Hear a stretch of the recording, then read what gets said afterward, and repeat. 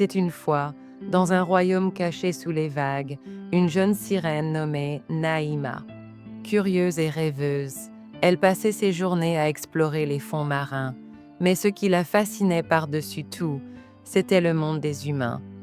Un soir de pleine lune, alors qu'elle nageait près des falaises interdites, elle aperçut un jeune prince assis au bord de l'eau, une lueur mélancolique dans le regard.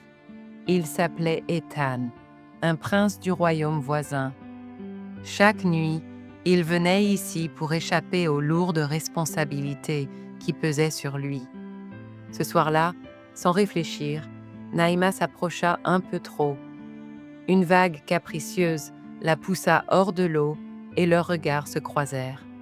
Un instant, suspendus dans le temps. « Qui es-tu » murmura Ethan, captivé par sa beauté irréelle. « Je ne suis qu'un rêve » chuchota Naïma avant de disparaître dans les flots. Mais le destin en avait décidé autrement. Chaque nuit, Ethan revenait, et Naïma ne pouvait s'empêcher de l'observer. Peu à peu, elle osa s'approcher. Ils parlèrent, rirent, partagèrent leurs rêves et tombèrent amoureux. Mais leur amour était impossible. Les lois des océans et de la terre interdisaient toute union entre un humain et une sirène. De plus, la cruelle reine des mers, Morgana, veillait dans l'ombre. Une nuit, Naïma fit un choix dangereux. Elle demanda à une ancienne sorcière des mers un sortilège pour devenir humaine, ne serait-ce que le temps d'une nuit. « Tu veux des jambes » ricana Morgana, surgissant des ténèbres. « Très bien, mais tout a un prix. » La sorcière lui proposa un marché cruel. En échange de jambes humaines, elle devait sacrifier sa voix. Pire encore, si Ethan ne l'embrassait pas avant le 3e coucher du soleil, elle disparaîtrait à jamais dans les profondeurs. Naïma accepta.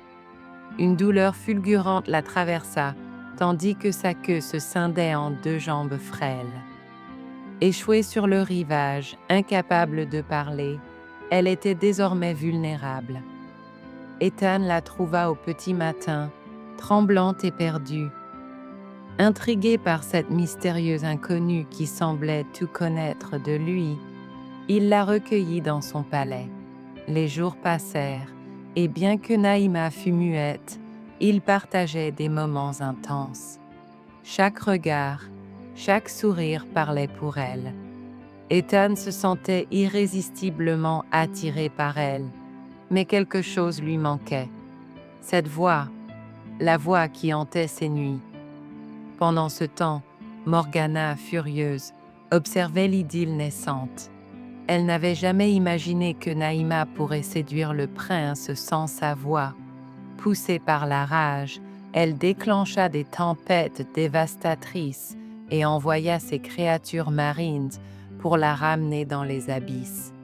Lors d'un bal donné en l'honneur du prince, Morgana prit les traits d'une femme envoûtante et usa d'un enchantement pour s'approprier la voix de Naïma.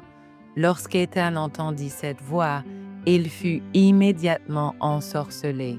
Convaincu que cette mystérieuse femme était celle qui l'avait sauvé autrefois, il s'apprêtait à l'épouser. Naïma, impuissante, sentit son cœur se briser. Le 3e coucher du soleil approchait et elle allait disparaître. Mais alors qu'elle s'apprêtait à se laisser engloutir par les flots, Ethan vit une larme couler sur sa joue, et quelque chose au fond de lui se réveilla.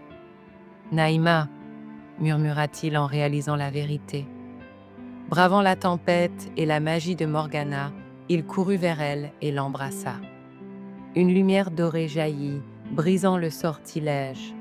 Naïma retrouva sa voix et Morgana poussa un cri déchirant en voyant son plan échouer. Dans une dernière tentative, la sorcière souleva une immense vague pour les séparer. Mais cette fois, l'océan lui-même se dressa contre elle. Les eaux se rebellèrent, l'engloutissant à jamais. Naïma aurait dû être bannie de l'océan.